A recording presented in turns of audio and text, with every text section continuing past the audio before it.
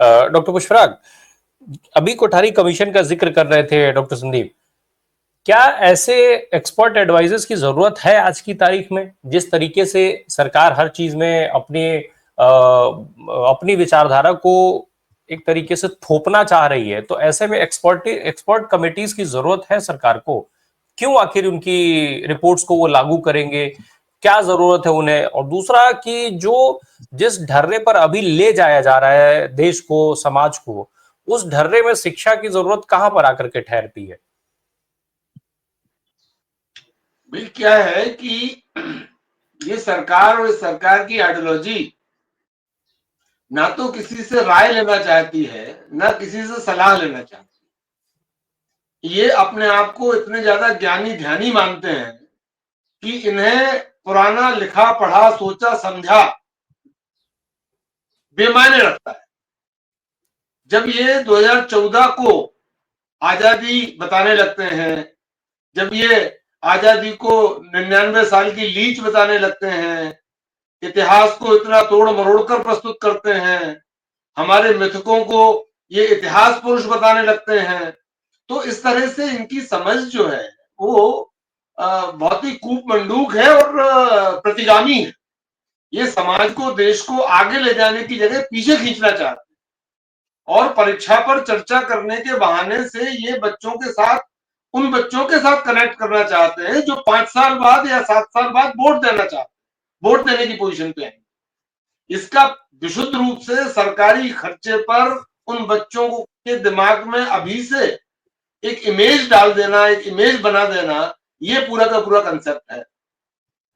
मुझे आपत्ति इस देश के बच्चों के स्वास्थ्य, मानसिक स्वास्थ्य के लिए है कि उनको एक ऐसा व्यक्ति गाइड कर रहा है। मैं अपने बच्चे को, अपने बच्चों के बच्चों को, अपने भतीजों को किसी ट्यूटर के पास भेजूंगा तो उस ट्यूटर की पूरी एजुकेशन खंगाल लूंगा कि वो कहां तक पढ़ा है, उसे कितना ज्ञान है, उसने B.Ed किया है कि नहीं, उसको बच्चों के मनोविज्ञान के अनुसार बात करना आता है कि नहीं, उसका चाल चरित्र चेहरा कैसा है, उस पर कोई बाल शोषण के आरोप तो नहीं है।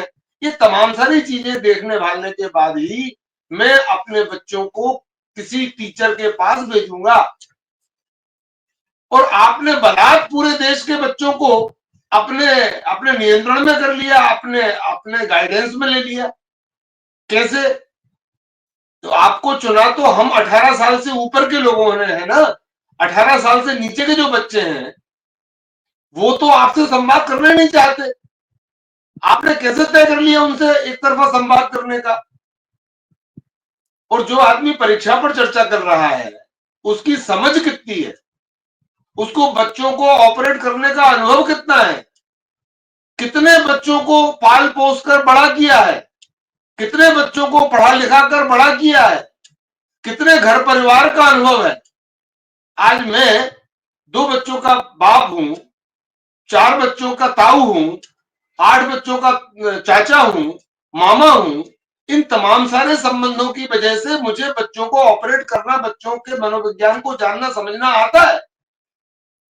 आप किसी प्राइमरी स्कूल में टीचर होने के लिए जाएं, मिडिल स्कूल में टीचर होने के लिए अप्लाई करें तो वे पूछते हैं कि आपने बच्चों के मनोविज्ञान की डिग्री की है क्या? आप लोगों के यहाँ पर उसे क्या कहते हैं उस डिग्री को मुझे नहीं पता। हमारे यहाँ तो B.Ed bachelor of education, D.Ed diploma in education, M.Ed master in education होता है। जो बच्चों के मनोविज्ञान पढ़ाते हैं उन्हें कितने साल के, कितनी उम्र के बच्चों से कैसे बात करना है, कितने दूरी से बात करना है, किस लहजे में बात करना है, किस भाषा में बात करना है। आपने डंडे से हाँक दिया सबको। और और किस समझ के साथ हाँक दिया कि आप एक महामारी के समय ताली और थाली बजवाकर उसको भगवाना चाहते हैं, गो कोरोना गो के नारे लगाकर भगवाना चाहते हैं। ये समझ है आपकी? आपकी समझ ये है कि आप A square plus B square plus 2 extra A B क्या था, वो था, वो क्या फार्मूला इन्होंने इजाद किया था। आपकी समझ ये है कि रडार में से आप प्लेन को दुकाना चाहते थे बादलों में से। आपकी समझ ये है कि आप नाली में से गैस निकलवाना चाहते हो। तो ये तमाम सारी चीज, आपकी समझ ये है कि आप 200 सालों के अंतर में जन्मे लोगों को एक साथ बैठकर डिस्कशन करा देते हो।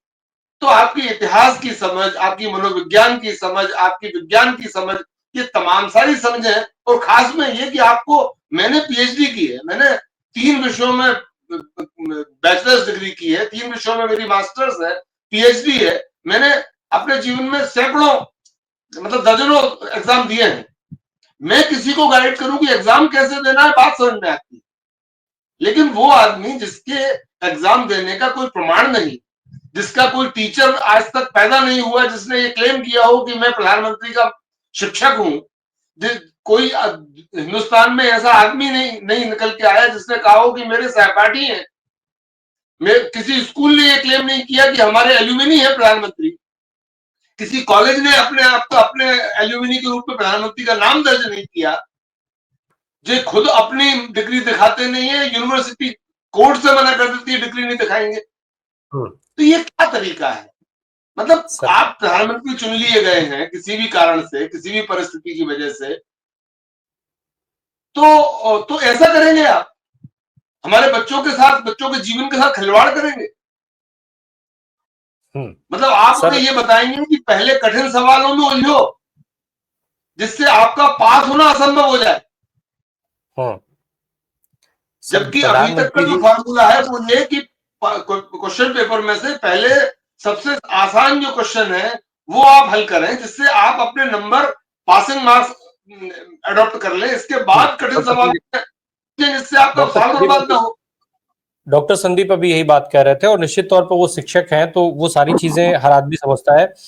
प्रधानमंत्री जी खुद को एक बात और कह देना चाह रहा हूँ यहाँ पर कि एजुकेशन पॉलिसी के बहाने से इनने द्वारकी से त्रिभाषी जो फार्मूला ये लेकर आए हैं, इसने उत्तर भारत और दक्षिण भारत के बीच में जो झगड़े कराए हैं, 1960 और 70 के दशक के झगड़े वापस से होने वाले हैं। त्रिभाषी फार्मूले में ये आमादा है दक्षिण भारत में हिंदी पढ़ाने पर। बेशक दक्षिण भारत में हिंदी पढ़ाई जानी चाहिए, लेकिन उत्तर भारत में भी एक दक्षिण भारत की भाषा कंपलसरी होनी चाहिए।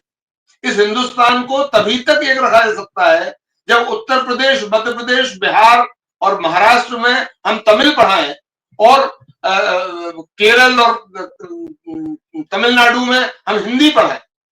3 भाषा फार्मूला तभी संभव है इस देश को एक रखने के लिए जब दोनों की तरफ से एक सा करें। दूसरा, अभी परिसीमन के बहाने से जनगणना के बाद परिसीमन होगा, परिसीमन के बाद दक्षिण के सांसद कम होने वाले हैं क्योंकि वहां पर उन लोगों ने अपने यहाँ पर जनसंख्या नियंत्रण की हुई है।